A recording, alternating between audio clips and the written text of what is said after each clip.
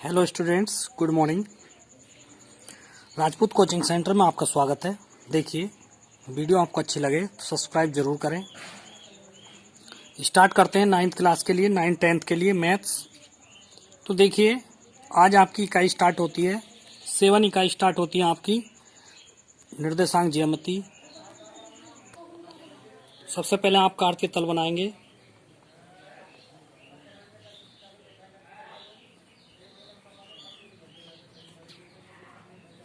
देखिए, कार्य तल में क्या होता है,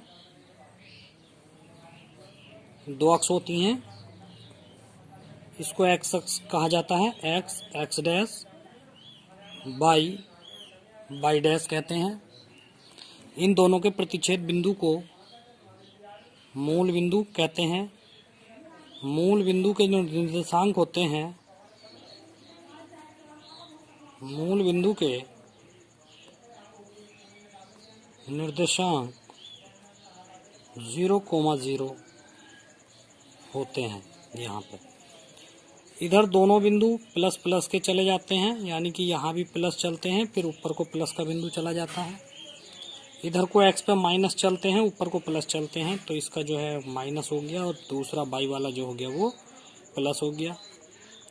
यहाँ पे क्या करते हैं, एक्स पे माइनस चलते हैं और बाई पे भी नीचे को माइनस चलते हैं, तो यहाँ दोनों बिंदु माइनस माइनस के हो गए। और यहाँ पे पहला बिंदु प्लस का चलते हैं और दूसरा बिंदु माइनस का चलते हैं।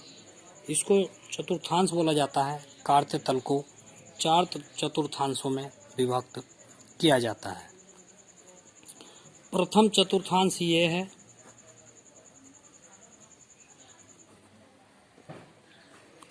ये द्वितीय है, ऐसे चलेंगे। ये तृतीय है और ये चतुर्थ है। ठीक है, इस प्रकार से चलेंगे।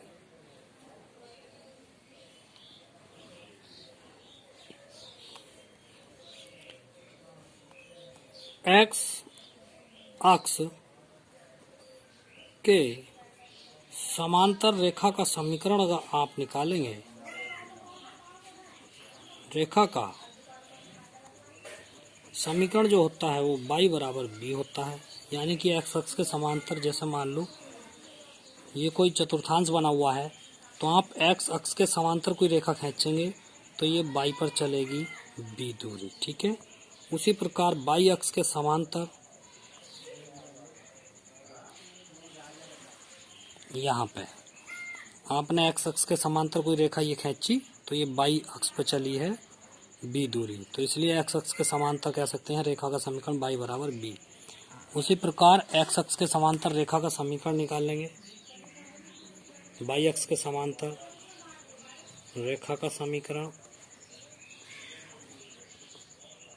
रेखा का समीकरण ये x बराबर a होता है, क्योंकि इस तरह से अब तुम x अक्ष के समांतर कोई रेखा खींचेंगे, ये x अक्ष है ये वाली, y अक्ष के समांतर रेखा खींचेंगे तो ये y अक्ष है, तो इसके समांतर कोई रेखा खींचते हैं तो ये y अक्ष पे तो चलती नहीं है, x पे चलती है a, तो इसलिए x बराबर a होता है। इस प्रकार से देखिए। अब दूसरा है, यदि दो बिंदु दे रखे हों, यदि दो बिंदु x1, y1 तथा x2, y2 हो तो इनके बीच की दूरी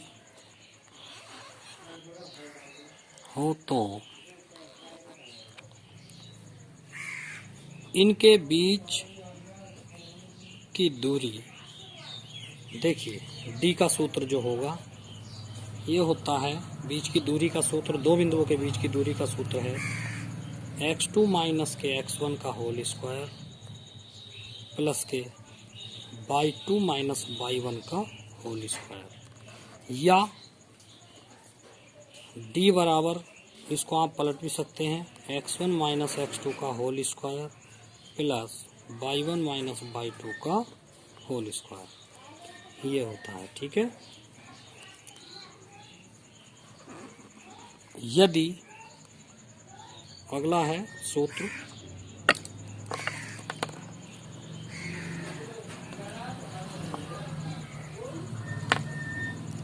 यदि बिंदु, देखिए x1, y1 तथा x2, y2 का मध्य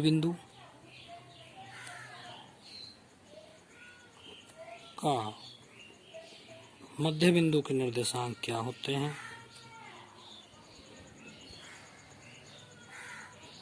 मध्य बिंदु के निर्देशांक जब हम ज्ञात करेंगे तो इसमें ये होता है x1 प्लस x2 बटे 2 भुज हो गया, और दूसरा हो गया y1 प्लस के y2 बटे 2।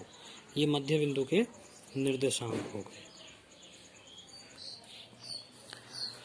दो बिंदु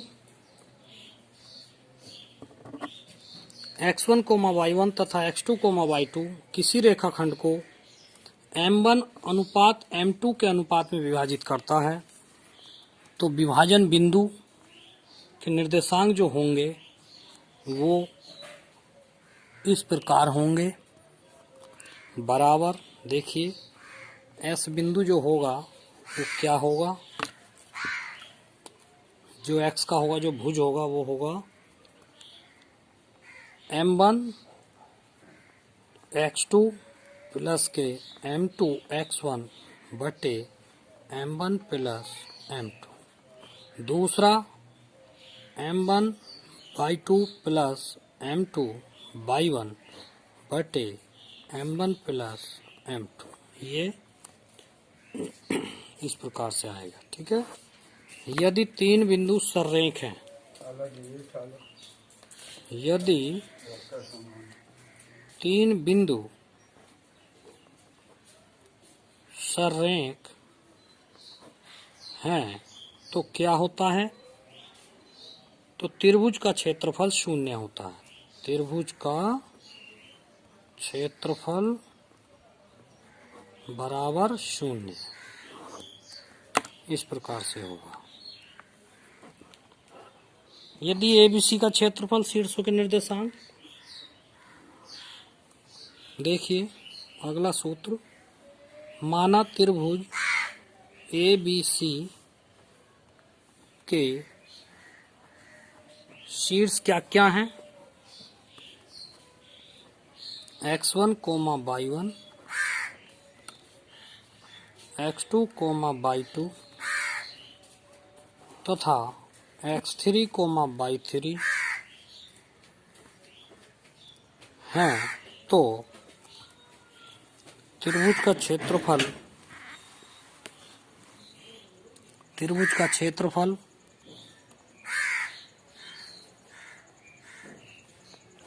क्या होता है। देखिए यहाँ देखेंगे, बराबर 1/2 बड़ा bracket x1 y2 minus y3 plus x2 y3 minus y1 plus x3 y1 minus y2। ये त्रिभुज का क्षेत्रफल होगा, ठीक है। त्रिभुज ABC के केंद्रक के निर्देशांक,